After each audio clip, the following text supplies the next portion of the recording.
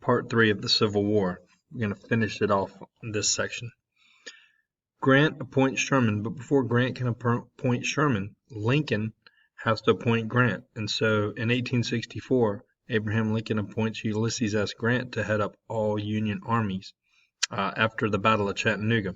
Grant, in turn, will appoint his friend William Tecumseh Sherman to head the army in the West, the Mississippi Division, in 1864. Both men believe in total warfare. This is a total shift from how wars have been fought up until now. And that is, they believe basically in fighting, committing the whole civilization and everything to war. Sherman will actually put this to use. He'll put this into practice with his march to the sea, because he felt that you have to take the war to Southerners who are waging war, who have the ability to wage war, and that's not the soldiers. That is the wealthy people in the South. That is the people who are staying back with their slaves, their 20 or more slaves, and things of that nature. So he said, we got to take the war directly to the people. This is example of total warfare. And as you see here, he's going to march to the sea, Savannah, Georgia, and then he's going to march up to Washington. So he marches from Mississippi to Savannah, and then he goes up from Savannah, Georgia, through South Carolina in through North Carolina, then into Richmond, Virginia. It is important to note that he does not incur heavy casualties, and in fact, on his march to Atlanta, his strategy was for the whole campaign was his soldiers were rugged. They didn't bathe, they didn't shower. He let their beards grow out. Their uniforms were dirty. They used vile language, and he sent his scouts out in front of the army, his 100,000 army, and these scouts would tell people what Sherman was doing to the people he come into contact with, the Southerners he come into contact with. And these soldiers, these scouts would tell the people that he was, burning the cities down, burning the towns down, raping, pillaging, and all of this stuff, which he was not doing that stuff, but he was burning the towns down. So basically, he scared the people out of their towns, out of their cities, and he would burn the towns down, and he didn't lose a single life in doing this.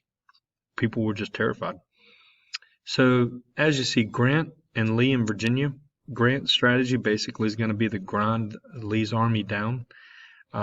He had a nickname of Unconditional Surrender Grant because he wouldn't take conditions from the losing side. He said, you're going to take my conditions, which is a new philosophy of war. But in the East, when he goes east to head up the Army of the Potomac, he gets a new nickname called the Butcher. And this is because he uses his manpower to his advantage, and he plans for heavy losses. He actually planned to lose 3 men to every one of Lee's men, and he said we'd be fine, we'd win the war, which he was right. In some cases, he lost four men to Lee's 1 because he had men to resupply him. Lee did not. So, Fredericksburg, Spotsylvania, and Cold Harbor are some major battles in this campaign, not to mention the Battle of the Wilderness. At Cold Harbor, Grant's going to lose 7,000 men in 20 minutes. He almost suffered a nervous breakdown, but he got up the next morning and kept going. From May 4th to June 18th, Grant loses 65,000 replaceable men. Lee loses 35,000 irreplaceable men. So Lee's army is grinding down. Sherman's strategy to take the war to the people, as you see, marches from Mississippi to Savannah, up through North Carolina, then to Richmond. Basically, he uses bullying tactics, propaganda. He marches to Atlanta with no casualties. This is a perfect example of 20th century warfare. He's going to burn Atlanta to the ground, lay siege to it, burn it to the ground. He cuts off his supply lines to the Union.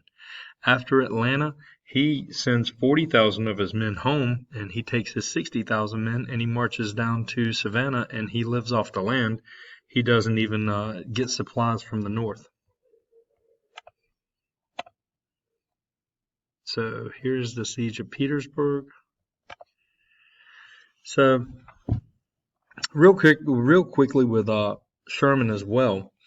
Sherman will encounter a lot of freed slaves in his march to the sea from Atlanta to Savannah, and he doesn't really know what to do with them, and they're slowing down his war effort. So he's going to have to figure something out, and he will in the next chapter we talk about.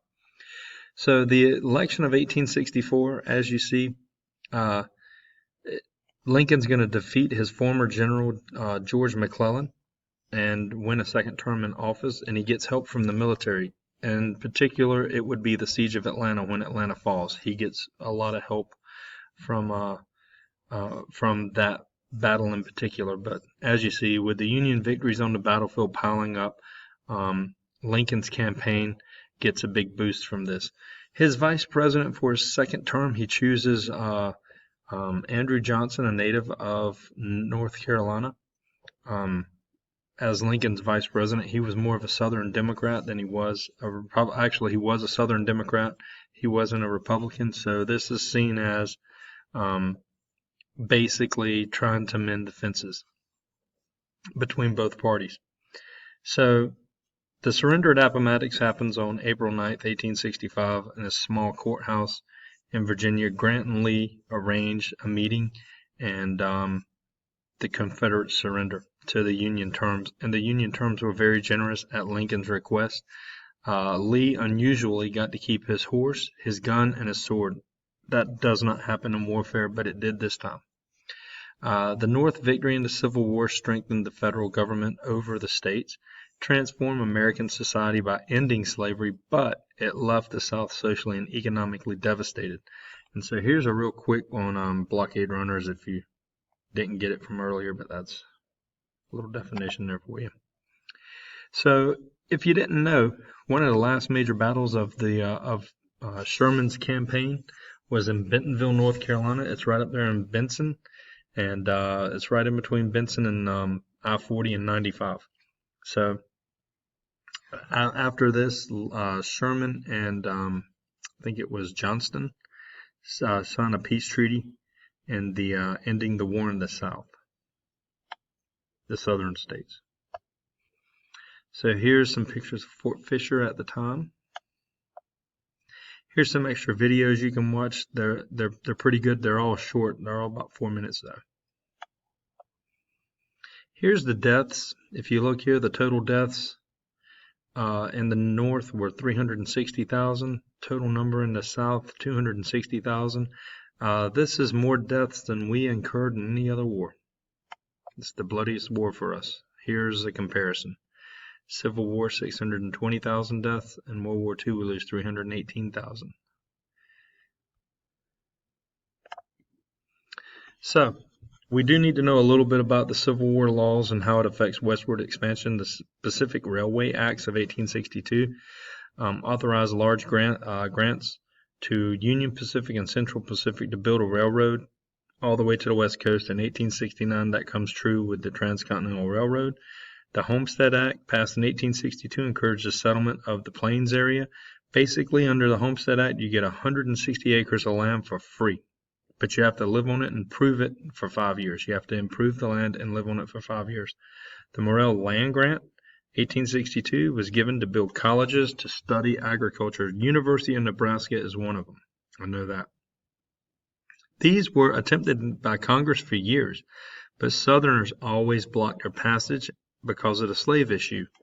Now that the Southern delegates were gone, the Unions passed these bills really easy. Some new technologies of the war: the telegraph, observation balloons, rifle guns, mini balls, the Gatling gun, the ironclads we didn't really talk about much, but it's the first battle of ironclads, and it's going to change naval warfare because we're going to start building ships out of steel, not wood. In 1862, wood ships became obsolete. Be another 30 years before they go, though, completely. Artillery weapons and ammo, trench warfare, the Red Cross established by Claire Barton there. Hospital ships were created. So this is a little look at the people after the war. If you want to look at this in your own time, it's interesting. I'll give you some of what happened to these people after the war. So we are finished.